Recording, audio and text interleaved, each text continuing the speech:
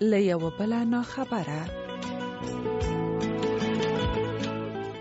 نجلۍ په یوه کتاب خرڅونکي زلمي مینه وه.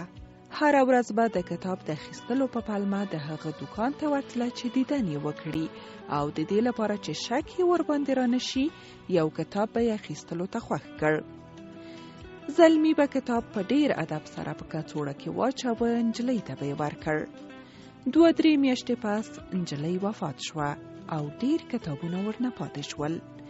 زلمی یې کور ته ورغی چې کتابونه یې په بیه واخلي. کتابونه هماغسې په کڅوړو کې پراته وو او هغه لیکونه چې زلمی ورته لیکلي وو نالوستي پاتې وو. زلمی په هر کتاب کې یو کاغذ ایښی او په کې لیکلي یې وو در باندې مین یم.